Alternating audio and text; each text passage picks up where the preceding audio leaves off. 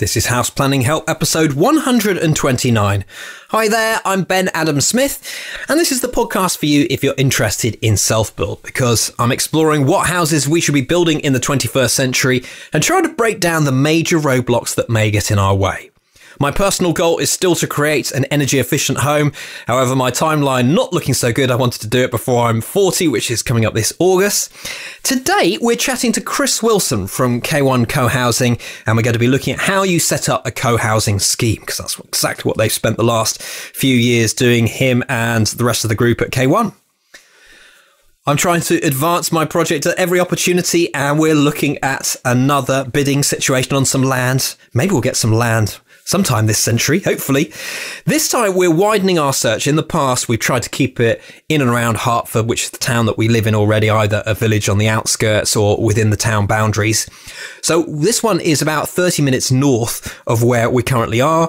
The plot is lovely and green, and it's flat. It's got a good orientation, fairly good size, not bad price either, in a historic neighbourhood, lots of beautiful thatched cottages as well, which my wife loves, and I love too, and I think even our building could reflect some element of these as well.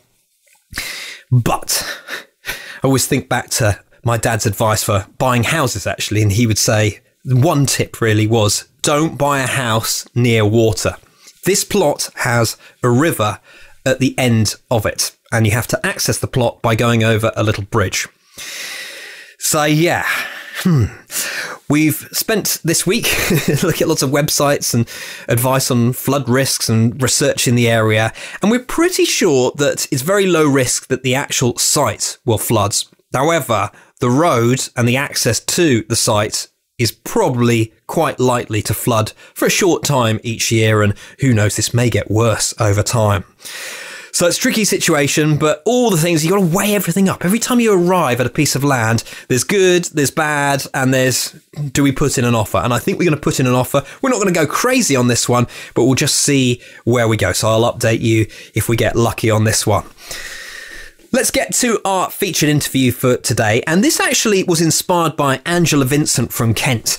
She wants to launch a co-housing scheme. I think she currently lives in a developer housing scheme just outside Maidstone. And we were chatting on email, and this has actually been one that's at the back of my mind for a while. We must go and find out how K1 co-housing scheme's getting on. Chris Wilson, one of the group, does lots of different things for them. He's going to explain that in a moment. But they haven't gone on site yet. They've just done a lot of the groundwork. And of course, it's all fresh in Chris's mind, which is why I thought it's time to have a chat. I started by asking Chris why he wanted to be part of a co-housing project. I was working for a non-profit company, and they were run by consensus. So I was sort of familiar with how consensus-based organizations work, and I liked some of the things I was hearing. Some of them lived in a cooperative housing society, and they found it was great for kids who lived in that group. They had a lot of adults around who could be good influences on them and could help look after them, and a lot of space to run around and play in, and lots of friends. So I thought it sounded like a great idea for families with kids. And I happened to be looking on Cambridge City Council's website for information about recycling, and I saw a note on the side about a co-housing project that they were looking for members to get involved, to come to a meeting.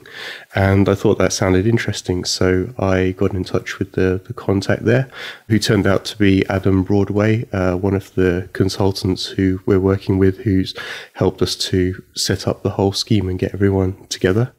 And came along, met a lot of the other people who had also seen the advertisement or found out in other ways and were getting involved, and decided that I wanted to do more. So that was in November 2012, so 3.5 years ago. These things always take a while. That's why it's quite nice, because having been to Lilac and Lancaster co-housing and seen completed co-housing schemes, you're right in the middle of this, and not a brick or whatever construction type has been laid yet. So this is good in terms of us understanding how a co-housing scheme gets together. Did you say it was the council who first initiated this?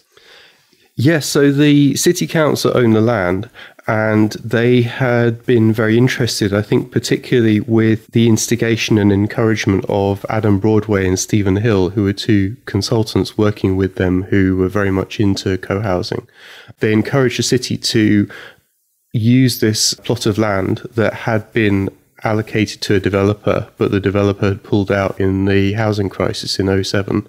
They encouraged them to use it for a self-build community housing project. And that turned into a co-housing project. And the city agreed to use their marketing budget for selling the land to a commercial developer, that instead they would use it to help facilitate the formation of a group of people who wanted to form a co-housing community and find a developer to buy the site, the land, and build the houses on it. And that group is us. When you joined it then, how did you move forward in taking more responsibility? Well, I was one of the people who volunteered for a sort of management role right at the beginning when I got involved. I volunteered to be secretary and take minutes at the meetings because I'm organised and I can do that kind of thing. And I also became a director when we set up a limited company because I've been a director of companies before, and I quite like being involved at that level and being able to help the company and take on responsibility to help make sure it works. And then when the opportunity came up for a new chair, I volunteered for that and I became the chair. I was elected. What tasks are being done at this very, very early stage? Well, right now we are working on the lease and the contract, which will be a three-way contract between the city council, the developer and us. So we're having discussions with our lawyer, and our lawyer and their lawyers are working together on creating this joint draft that we'll all sign. We are putting together a budget for things that we're going to need in terms of consultancy and professional support, equipment that we'll need for the common house, for all the common areas, for management, gardening, that kind of thing, both before the build starts and also after we move in as well, the sort of ongoing maintenance of the project and all of the shared areas. We are working with the developer on improving the designs, making minor tweaks and changes and refinements to the designs of the houses that will be built in the common areas, planning the layout and furnishing of the common house, and managing the group's finances and investment. That's a lot of stuff. It sounds like you know what you're talking about. Was someone leading this? Did you have to learn all of this? We had the help of Adam Broadway and Stephen Hill, who are consultants. Yes, what kind of consultants? I'm not sure how to describe it really. I guess they help Cambridge City Council to decide how to further social aims with the resources it has available, including co-housing and affordable housing and other things. But I haven't actually asked them. That's all right. So they haven't necessarily lived in co-housing, or have they? Adam hasn't, although he works for a housing association. Stephen Hill is working on setting up a co-housing group that's probably in a similar stage to ours in North London at the moment. Right. So they're people who have professional experience more. Yes, exactly. Okay. So they are your guides on this. Was it easy to fill out the number of people? How did you determine how many people you needed for this scheme? Was it dictated by the land? It was kind of dictated by the land. There was an existing planning permission for 37 houses on the land, which was about to lapse when we got involved and subsequently has. But we knew it was likely that we would get in the region of 37 houses. We also knew that the city wanted to ensure that it got a decent capital receipt for the land, which meant that the developer would have to build as many houses as reasonably they could on the land in order to be able to win the tender effectively. And in the end, it's worked out being 42 houses in the planning application that was approved. And that means ideally we would have 42 people in the co-housing group. We currently have 25 members who have reserved places and plenty more members who are still thinking about it. But we are also still actively recruiting to try and get as many of those 42 as we can. Is the site Orchard Park? It's not the whole of Orchard Park. It's one plot of land called K1 on Orchard Park. And was that something that, because the council initiated it, that was where it was always going to be, or have you ever considered other sites? It was always going to be, this project was always going to be on K1 because the council was supporting the consultant's work specifically to organise a co-housing project around that site. I thought about other sites as well, but there was nothing really advanced in Cambridge, nothing that had the kind of momentum. Even another co-housing project called In Linker that has been running in Cambridge for many, many years. As Robert, who is one of the people running In Linker, has said, one of the difficulties they had was every time a suitable site came up, they had a big discussion about whether or not it was suitable and whether or not to go for it. And it was very hard to make a decision, so they could never commit to any site. Whereas the fact that this site has a specific plot of land that it has to be on means that that whole argument about location is out of the way, and people will decide to join us or not, partly based on the location. How did you move your ideas forward in deciding what this co-housing scheme was all about, or is this open to everyone? How do you start to shape it? Well, we were lucky to have the council marketing budget and the support of Adam and Stephen, particularly in the first year in 2013, when they organised a series of workshops to help us identify what we wanted to do. And we ended up producing a document called a client brief, which is on our website. And that basically sets out what we agreed as a group we wanted to use the site for. So roughly how many houses we wanted, what shared facilities we wanted, the layout of the site, the sorts of activities that we would want to do in our own homes versus potentially use shared facilities for. And also helped us as a group to get to know each other through having those conversations, to realize whether this was something we want to be part of and make it more concrete for us. In terms of the design, how did this develop and what have you finished up with? So we had the support of Cambridge Architectural Research, who are architects and designers, in that first year in 2013, where they came up with a first draft site layout effectively that fitted our houses, 37 houses and a common house and some shared gardens and parking onto the available space in a way that looked nice and we generally agreed with. We had difficulty getting planning permission for that design and layout, and we had to refine it a number of times in order to get the agreement of the planning authority, and also the developer who came in and won the tender, Townhouse. They had their own system, which meant that placed some constraints on what they could easily build, and therefore they modified the design as well in order to make it easier to build.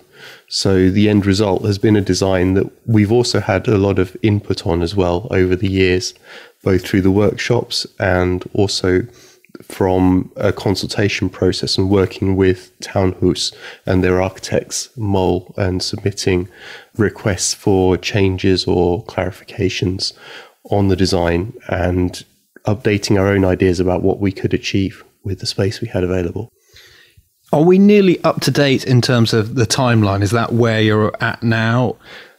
The outline is fixed by the planning application at this stage, so all of the external appearance is fixed. The internal designs are going through a detailed design process, which the architects are doing right now and for the next 15 weeks, I think.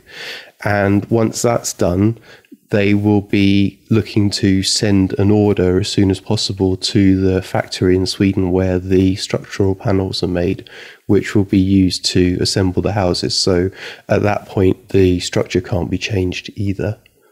So you've got a pretty firm idea of where this is going. It's just biding your time for the last bit.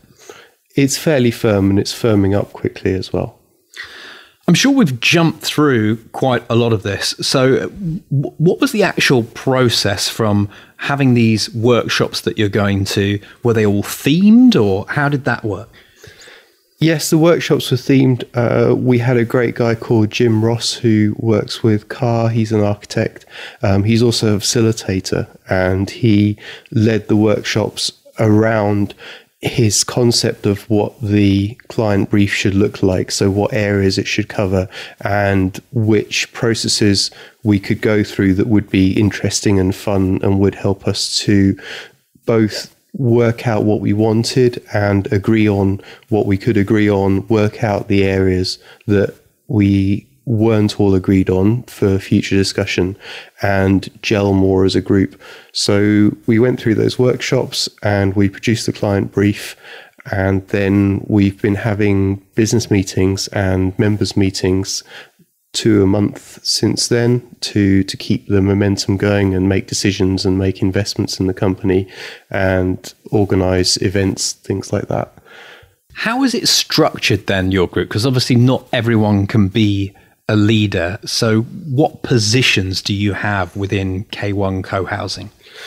I think we have a very flat structure. We have a limited company which manages really just the financial matters, and anyone who wants to can stand to be a director of that company. I think we have 8 directors at the moment. We have a number of working groups which have delegated authority to make decisions and plan various aspects of the project, such as the common house, the gardens. We have legal, the lease working group, the community working group that is organising events to help us get to know each other and have fun together before we move in as a community. So those working groups aren't run by directors, they're run by volunteers from the members, and volunteers from the members are members of those groups. And we encourage everyone to be on at least one working group. So we hope that people will get involved and do something they enjoy and help to build the community. Have there been any decisions that are tricky to make because the consensus is pretty much split down the middle? I'm sure there have been decisions like that. I can't think of any on the top of my head, although financial decisions are always tricky because some people can afford more and would like everyone to put in more, and other people are on very tight budgets and find that difficult. How are you all committed then financially? So far, we have all invested a non-refundable membership fee and a refundable investment in our company in order to pay for the professional services.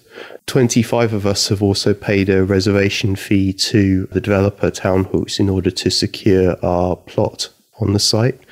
What sort of percentages are these? How much do you have to invest at that point or this point? Well, they're quite small at the moment. So our membership fee is 250. And the investment that we've made in CCL, the minimum investment is 1,000. Some of us have invested up to 5,000, and we expect that the total amount that all members will need to invest by the end will be in the region of 2,500 to 5,000, depending on what we decide to do with things like kitting out the common house, how much we need to do now and how much we can defer for later. The reservation fee to Townhouse so far is £1,000. We are expecting to have to exchange contracts and pay a deposit or an option fee to Townhouse later this year, which is where the big money comes in. Deposit would be 10%, for example. So that could be £25,000 to £40,000, depending on the house. What have you thought about in terms of the ecological standard of what you're building? We have always aimed for a very high ecological standard, very efficient houses. Our client brief says that we wanted passive house standard. In the end, that didn't turn out to be feasible. Townhouse's system wasn't able to provide passive house at an affordable level that we could manage. So we ended up agreeing to use their standard climate shield system, which has a very high level of insulation and low energy usage. The energy budget is about twice passive house, but about 75 or 80% better than building regulations as far as I understand it. So they're still very efficient, but there's no way they could qualify as passive house. We aim to grow food on the site. We aim to use energy as efficiently as we can. We want to have a car club and solar panels on the roofs and rainwater recycling, and basically be as environmentally friendly as we possibly can be. We also plan to have no gas on the site at all. So we want to have renewable energy heating and power and hot water. What research did you do in terms of other co-housing groups? We've been to visit some groups. Some members have been to Lilac. Some have been to Hockerton or Lancaster. I've read some books about other co-housing projects. We've been contacted by other groups as well and gone to meetings, and we're members of the co-housing network. Some of us went to their conference last year, I think, and I've been in touch with the new chair of Co-housing Network, Anna Keir, so I'm hoping that there will be another event soon that I'll be able to attend personally on that. Is that a good line of support, or is most of your support coming from these advisors that you've already talked about? I think most of our support is from our professional advisors and from members who have experience or knowledge of co-housing already. We are also figuring out a lot as we go along.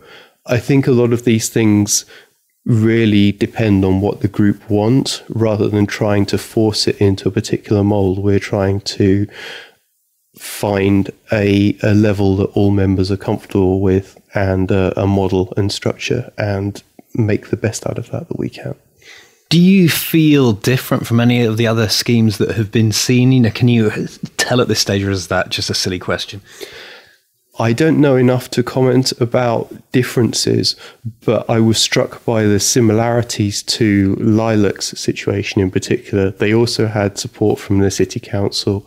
They also had to reach market value for bidding on the land, although they had the offer to reserve the land as we've had for a while, so they were able to put together their bid.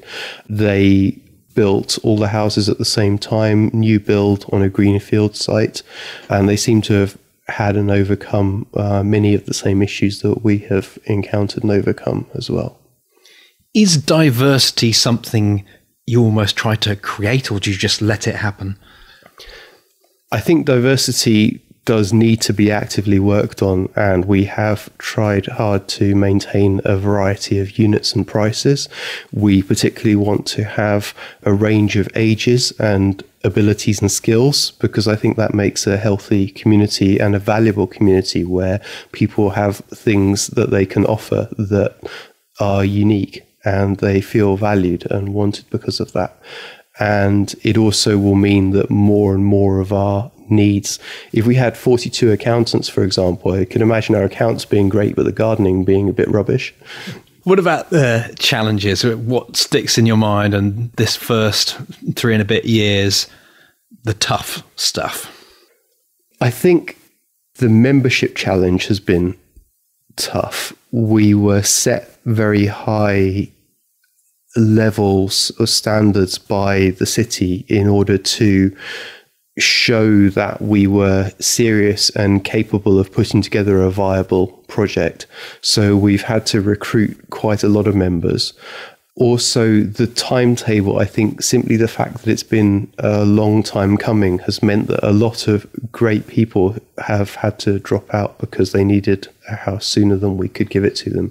And that's one of the saddest things, I think. But we have had new members join, and we have a great team and a great community. And I think even though we've parted ways with some people, it will still work. What about you emotionally, your family being invested in this? Is it a little bit of a roller coaster and you just have to hang in there? It can be a challenge. Getting agreement between 42 households with different ideas is always interesting.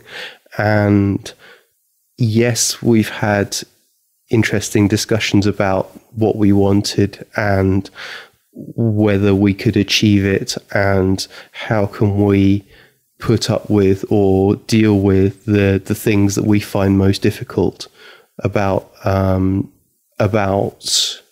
coming to these agreements and the time that it takes and the compromises that need to be made. But in the end, we've succeeded, and I'm very happy that we're still here and still committed and still on track. What advice would you give to someone who is thinking of starting up a co-housing scheme? I think people are the most important resource. You need people who are committed and enthusiastic and flexible and motivated. And with a group like that, you can do anything, really. Setting up a co-housing project is not easy, but it's certainly possible. And I think it will be a very rewarding experience for anybody who goes down that route. Is there more of a sense of people knowing what co-housing is on a general scale? It's hard for me to say. I think that worldwide co-housing awareness is growing massively. There's more and more projects in the US. There are a large number of projects that are in the early stages in the UK, as we can see on the Co-Housing Network website. In Scandinavia, tens of thousands of people live in co-housing. I think that co-housing is a ball that has just started to roll in this Western capitalist society, effectively, because it's kind of a countercurrent to that. It's more, let's see what we can do for each other, rather than let's see how to follow the traditional model, the nuclear family. I think community has been neglected in a large part, and I think there'll be a change in the tide, and people will come to value community more than ever before. What are you most looking forward to if we could fast forward to the end? I think relaxing in the shared garden, gardening with friends, living with friends. I think one of the best things about co-housing is that I think we'll be the best neighborhood I could possibly be in. I'll be surrounded by people that I know well, that I'm willing to look after their kids and let my kids be looked after by them, and the same for them. And we help each other out in whichever ways are possible. We have parties together. We make decisions about how to manage our shared resources together. I think it will be a better way of living than I could have had any other way. Well, maybe we'll catch up a few years down the line, Chris.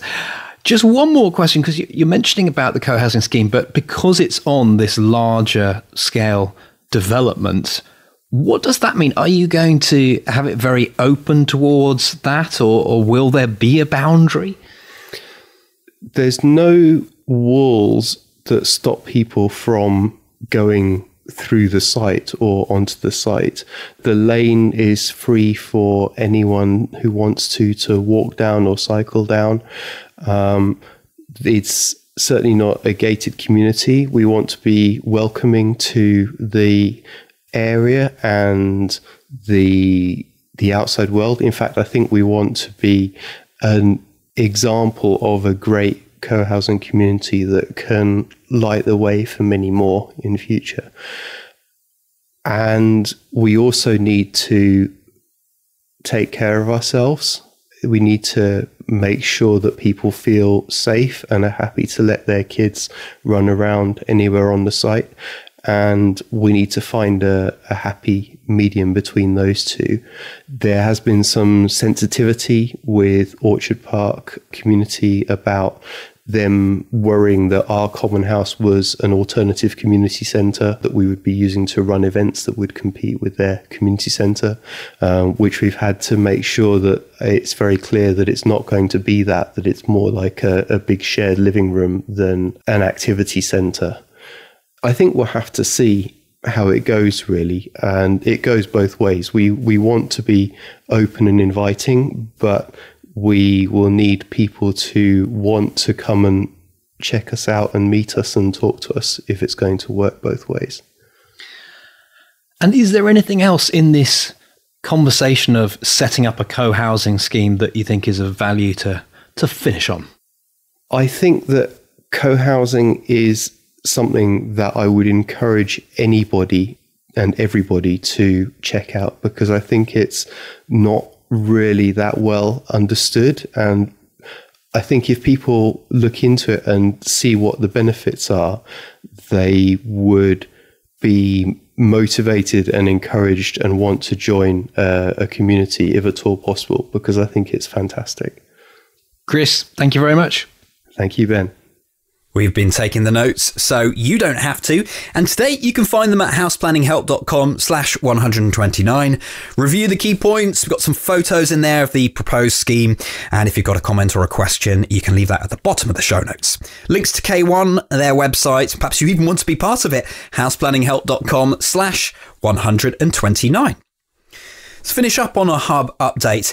If you're someone who's heard me banging on about this, and yet you're thinking, well, I don't really know, what is the hub all about? I want to have a look. Well, that's what I've done this week. I've made a video walkthrough so you can get a look of what the Long Barrow case study is all about, see how the modules work, the Facebook group, and our quarterly progress call. If you want to take a sneaky peek at that, then head to houseplanninghelp.com/join right now. It's got all the information you need so you can make an educated decision on whether you'd like to join. houseplanninghelp.com/join. That's your lot for today. Thanks for being there. The House Planning Help podcast is produced by Regen Media, content that matters.